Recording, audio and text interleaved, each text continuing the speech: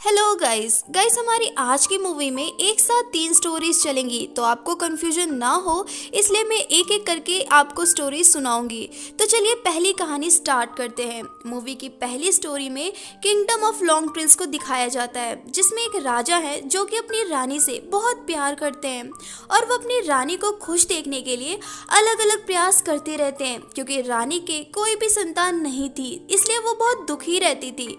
राजा रानी को खुश करने के लिए एक दिन सर्कस वालों को अपने महल में बुलाते हैं और वो सभी करतब दिखा रहे होते हैं।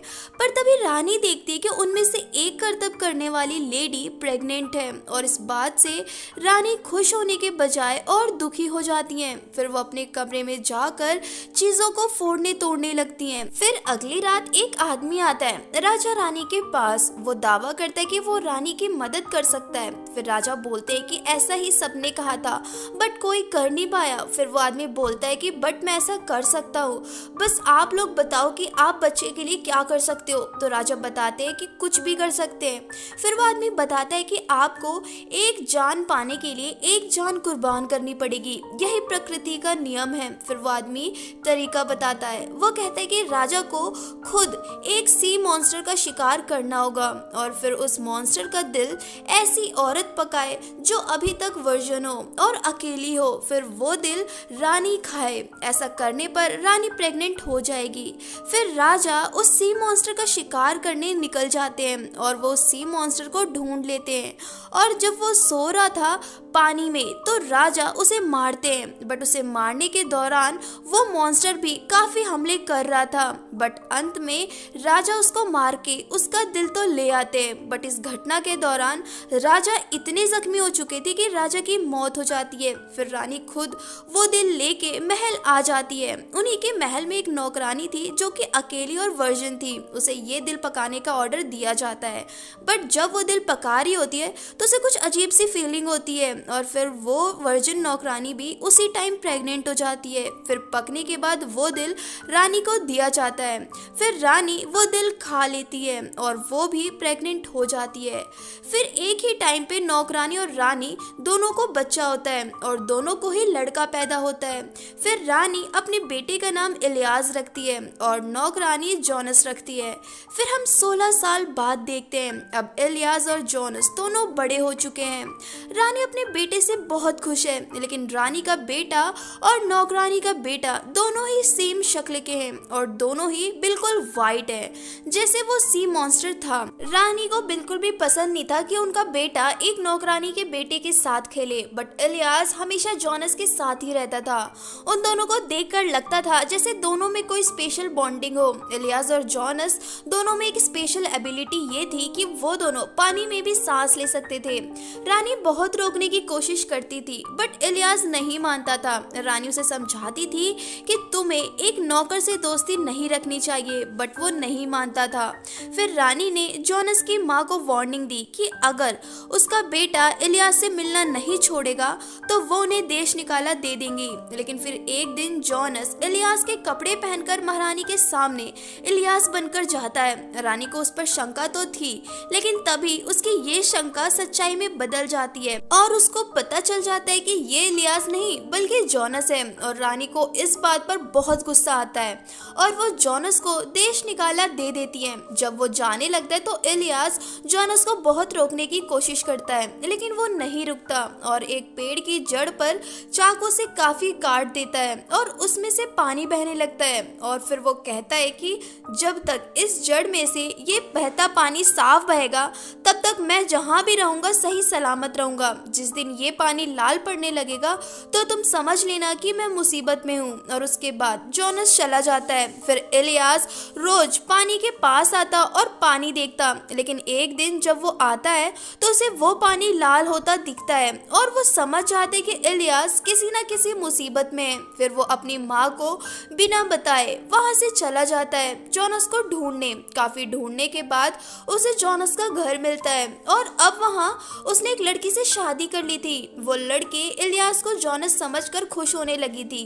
बात करने पर इलियास ने बताया कि वो जोनस नहीं है। फिर इलियास को पता चलता है कि जोनस 5 दिन से जंगल में गया हुआ है और अभी तक लौटकर वापस नहीं आया। फिर इलियास अपने दोस्त को ढूंढने जंगल में निकल जाता है। दूसरी तरफ महारानी अपने बेटे के लिए परेशान हो रही थी और उसे हर तरफ ढूंढ रही थी। उनके इतना ढूंढने पर भी इलियास उन्हें नहीं मिलता।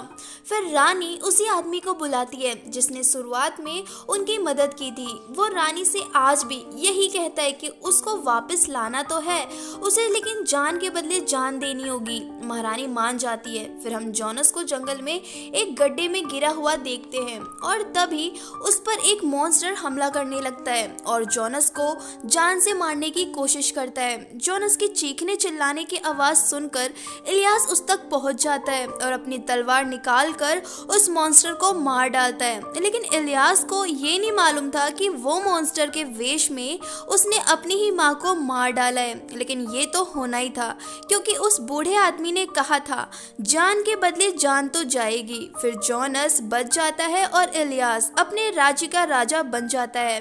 और यहाँ इस कहानी की एंडिंग हो जाती है। अब हमारी अगली कहानी का नाम है the king and the old woman. इस कहानी में हम एक राजा को देखते हैं जो कि काफी अय्याशी किस्म का है। वो हर वक्त औरतों के साथ रहता है और नशे में रहता है।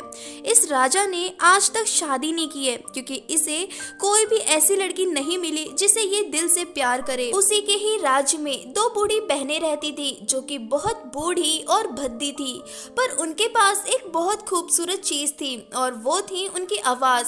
अगर कोई उनकी आवाज सुन ले तो वो ये पता नहीं कर पाएगा कि वो बूढ़ी औरत है। लेकिन उनका कोई भी अपना नहीं था। उन्हें आज तक कोई भी प्यार करने वाला नहीं मिला और अब लगता है कि वो अकेले ही मर जाएंगी। एक दिन उनमें से एक बहन बाहर ऐसे ही गाना गुनगुना रही थी। उनकी ये आवाज राजा सुन लेता है और उसे देखने की कोशिश करता है, लेकिन फिर वो बूढ़ी औरत अपने घर में चली जाती है और आवाज बंद हो जाती है। फिर राजा की उत्सुकता और बढ़ जाती है। राजा सोचता है कि ये आवाज वाली औरत बहुत खूबसूरत है और वो मेरे सामने आने से शर्मा रही है। फिर राजा उन्हें ढूंढने लगता है और उनके घर पहुंच जाता है, पर उन्हें देख नहीं पाता क्योंकि दरवाजा बंद था। उन दोनों बहनों का नाम एमा और डोरा था। एमा बेवकूफ थी और डोरा लालची और चालाक थी। राजा को दरवाजे पे पाकर डोरा के मन में लालच आ जाता है और वो राजा से कहती है कि तुम एक हफ्ते बाद आना तो मैं तुम्हें अपनी बॉडी का एक पार्ट दिखाऊंगी। वो अपनी उंगली दिखाने की बात कर रही थी। राजा बहुत उत्सुक था उस औरत को देखने के लिए। डोरा राजा के जाने के बाद अपनी उंगली में काफी जड़ी बूटी लगाकर उसे बांध लेती है और काफी दिनों बाद उसे खोलती है, लेकिन उसकी उंगली में कोई फर्क नहीं आता। उसकी उंगली जरा सी भी किसी जवान औरत की तरह नहीं लग रही थी। लेकिन वहीं एमा अपनी उंगली को काफी दिनों से अपने मुंह में डाल के रखी हुई थी तो उसकी उंगली थोड़ी बहुत सही दिख रही थी। फिर जब राजा आता है तो वो दोनों एमा की उंगली दिखा देती हैं। फिर राजा उनको पूरा देखना चाहता था तो वो कहती है कि वो रात में राजा के महल में आएगी, पर उनके महल की सारी लाइट बंद होनी चाहिए, पूरे महल में अंधेरा होना चाहिए। राजा मान जाता है। राजा के जाने के बाद डोरा अपनी पूरी बॉडी की अजीब तरह से सारी झुर्रियां ठीक करने की कोशिश करती है। फिर राजा के एक सिपाही के साथ महल पहुंच जाती है। राजा के महल की सारी रोशनी गायब होती है जैसा कि डोरा ने राजा से कहा था। फिर वो राजा के साथ रात बिताती है। सुबह होने तक राजा उसे देखना चाहता था और सुबह होते ही राजा बूढ़ी औरत को देखता है। वो देखते ही उस पर बहुत गुस्सा होता है कि मैंने इस भद्दी बूढ़ी औरत के साथ एक रात गुजारी, और उसे महल की खिड़की से नीचे फेंक देता है। मगर नीचे गिरने पर वो बच जाती है और एक जादूगरनी आकर उसे अपना दूध पिलाती है। उसका दूध पीते ही वो एक बहुत खूबसूरत लड़की में बदल जाती है। जब राजा वहां से शिकार खेलने जा रहा होता है तो वो उस खूबसूरत लड़की को देखता है और वो उस पर मोह जाता है। राजा को ये बात बिल्कुल भी पता नहीं थी कि वो वही बूढ़ी औरत है। राजा उस खूबसूरत लड़की को अपने महल में ले आता है और उसे अपनी रानी बनाना चाहता था, लेकिन डोरा को सब कुछ याद था कि वो एक बूढ़ी औरत है, मगर उसे ये नहीं पता था कि वो उस जवान लड़की में बदल गई है। उसे अपनी बहन एमा की भी याद आ रही थी। वो अपनी बहन के पास सिपाही को भेजती है एक बहुत खूबसूरत ड्रेस देकर और उसे अपनी शादी में आने का निमंत्रण दे देती है। एमा को ड्रेस पहनकर शादी में जाती है और डोरा से मिलती है। डोरा उसे सब बताती है कि उसके साथ क्या क्या हुआ, पर उसे ये नहीं पता था कि वो जवान कैसे बनी। फिर एमा सबको शादी में बताने लगती है कि वो डोरा उसकी बहन है, लेकिन कोई भी उसकी बात पर विश्वास नहीं करता। अब एमा को महल से जाना नहीं था, लेकिन उसे फिर भी वहां से निकाला जाता है। उसे भी डोरा की तरह जवान दिखना था, तो उसको डोरा ने बताया था कि उसने अपनी खाल उतरवाई है। एमा तो बेवकूफ थी, तो वो उसकी बात मान जाती है। तो वो शहर जाती है और वहां पर एक बार्बर के पास जाती है और उससे कहती है कि क्या तुम मेरी ये खाल उतार सकते हो। तो वो बार्बर उसे पागल समझता है और उसे जाने को कहता है। फिर वो एक लोहार वाले के पास जाती है और उससे कहती है कि मैं तुम्हें अपने कपड़े और ज्वेलरी दे दूंगी, बस तुम मेरी खाल उतार दो और मुझे जवान बना दो। वो लोहार लालची और बेवकूफ दोनों था। वो उसे एक पेड़ से बांधकर उसकी खाल उतार देता है। तो एमा को बहुत दर्द होता है और वो ऐसे ही अपने घर वापस जाती है और इतने दर्द में वो मर जाती है। दूसरी तरफ डोरा का भी जादू अब खत्म हो रहा था। वो भी बूढ़ी सी दिख रही थी। वो जल्दी से राजा के सामने से और महल से भागती है और अब वो पूरी तरीके से बूढ़ी हो गई थी। और इसी के साथ ये कहानी एंड हो जाती है और अब इसी में हमारी आखिरी कहानी स्टार्ट होती है और हमारी आखिरी कहानी का नाम है द प्रिंसेस एंड द ओग्रे। इस कहानी में हम एक राजा और उसकी एक बेटी को देखते हैं जिसका नाम वॉयलेट था। राजा काफी अजीब था।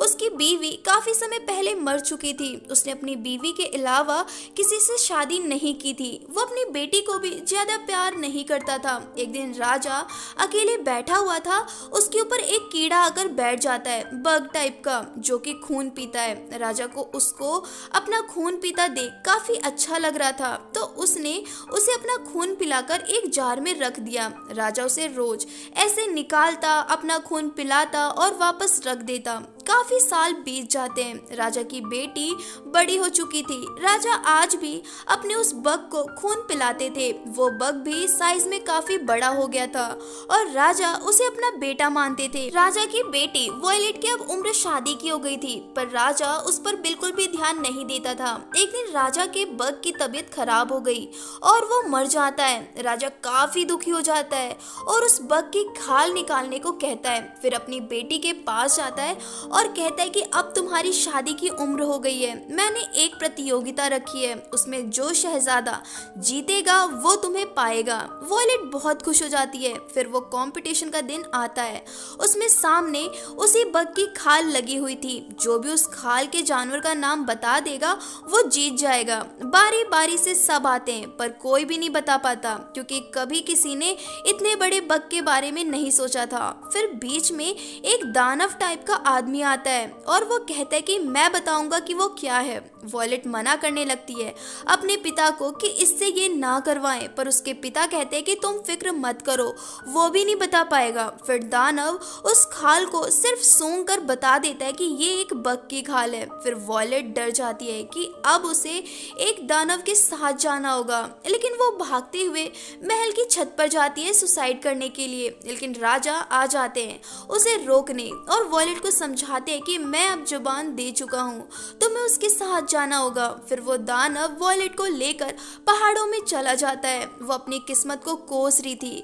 कहाँ वो इतनी शान शौकत से रहने वाली एक राजकुमारी थी और अब उसका क्या हाल हो गया है। एक दिन जब वो दानव शिकार पर गया हुआ था, तो वॉयलेट को पहाड़ के दूसरी तरफ एक औरत दिखती है। वो उससे मदद मांगती है और उसे बताती है कि वो एक राजकुमारी है। फिर वो औरत अपने बेटों को बुलाकर दोनों पहाड़ों के बीच काफी मुश्किल से एक रस्सी बंधवाती है। फिर वॉयलेट को आने को कहती है। वॉयलेट रस्सी से लटक कर उस तरफ जा रही होती है, पर तब तक वो दानव वहां आ जाता है, लेकिन जल्दी से वो उस पे पहुंचकर रस्सी काट देती है। लेकिन वो दानव किसी ना किसी तरह वॉयलेट तक पहुंच जाता है और वॉयलेट को छोड़कर बाकी सबको मार डालता है। फिर वॉयलेट दानव के गले लग जाती है।